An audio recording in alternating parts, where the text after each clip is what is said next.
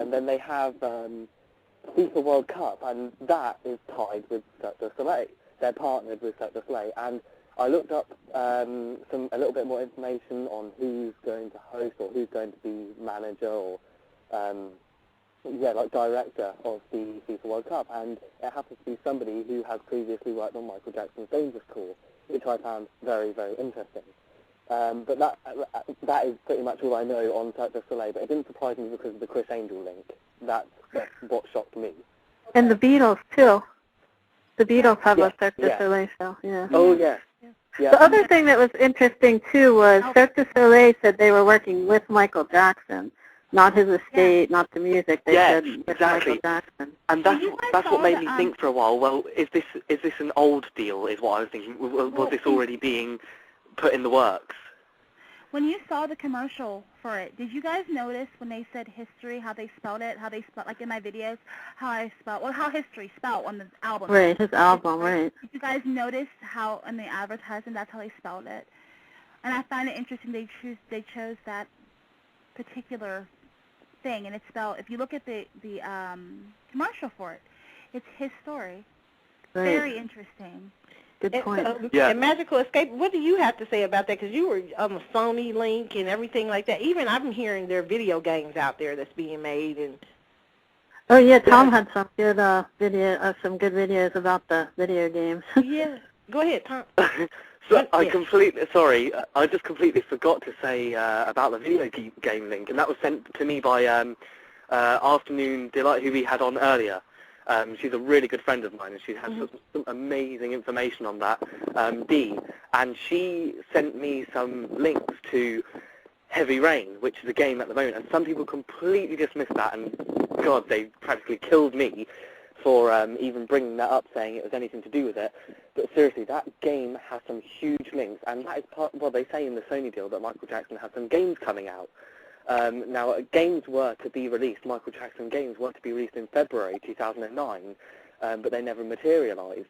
Now, I think maybe this Sony deal has probably also been in the works for a while and is part of the plan. And the game Heavy Rain is obviously an only Sony game, and he says in the game, like I said in my video, everything I do for love, which is basically saying it's all for love, which Michael Jackson did. And there's some scenes in the game, because Afternoon Delight played it through, and there are apparently up to 50 different endings to the game, so you'll never know the full ending, and whatever you do changes the way, and it changes the ending of the game.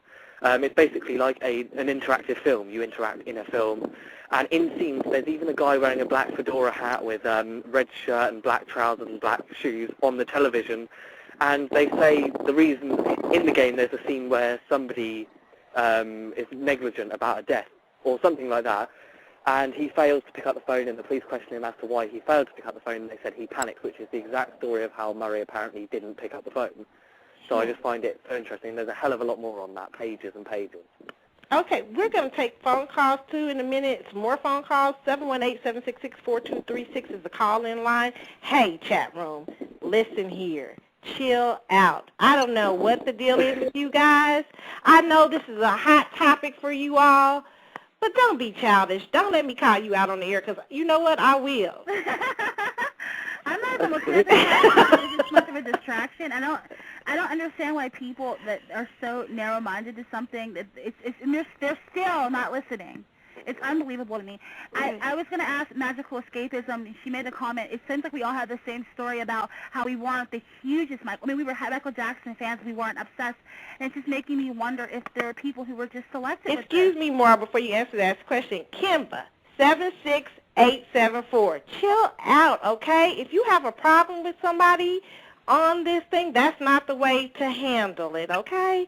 So please chill out. I'm trying to not kick you out, because everybody got the right to their opinions, but please, chill, okay? Thank you. Go ahead, Maura. Sorry to interrupt. No, I was just saying, Magical Escapist made the comment that, it just seems like people who are really, hitting it hard with the Death Hoax investigation were the people who are not the obsessed, crazed fans. And it just makes it I just wonder if it's directed at people who will look at it logically, who don't dehumanize Michael Jackson, who see him as a person. A lot of his fans refuse to do that, and I think that's why they're not getting it. They can't accept that he possibly faked his death because they see it as something negative, and we see it more logical. We see it as, why does he have to be victimized his entire life? Why can't he be human? Why can't he do something so people will listen to him? Right, and he always encouraged all of us to take an active role as opposed to a passive role. Like, he didn't write Man in the Mirror, but he believed in the philosophy, and we saw that with We Are the World, and the speech in This Is It, saying that it starts with us, and they who the government won't do it, and when he would tell everybody to go for your dreams. And I think all of that ties back in with the song Come Together Over Me. I think this is like the one thing that shocked people enough. You know, before maybe they would buy We Are the World, but they'd move on with their life and pay their bills and stuff. But this has actually gotten people globally to start communicating with each other and talking about things and taking time out of their life. And that's really the place where change starts, you know. Yep. And I have to agree with you. And today I have never, let me just say this, I have never had this happen, and I'm trying to not be distracted by the chat room, because usually in my chat room everybody is so well behaved, but today y'all are acting out. Michael is always causing controversy no matter what. It's like people are so, and this is the problem though with Michael, not with Michael Jackson. This is the problem. This is why he was so torn and why he was so hurt. Yes. Everybody has a role for him, man, and this is an example of it. Everybody has a role for Michael Jackson, and their role is right. What about Michael's role? Right. What about his opinion? What about how he feels? It's selfishness. Yeah. That's right. Yeah, and you know what, guys? I'm sending the link right now. If you know more talking about what's going on or whatever, if you have a problem with something, I said put my email link if you have something that you need to tell me. chatwoodshow@sbcglobal.net. You can email it to me, okay? But this is not the place for it. We're trying to have a conversation. So now we're going to bring on the line another caller, Magical Escapism. She's a guest, and she's probably like, what is going on? It's never like this, Magical. Okay, here is 306 on the line. Hi. Hello, 306. You're on with the Carlotta Chatwood Show. Welcome. You have a question? Hi. Actually had a couple of questions for Maura and Tom. Okay.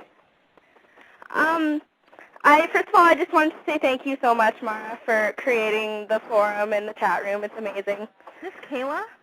Yes, it is. Hi, Kayla. Hi, Maura. I had the same question as the caller before had about TMZ. But I have a question actually about the bodyguards being on that show.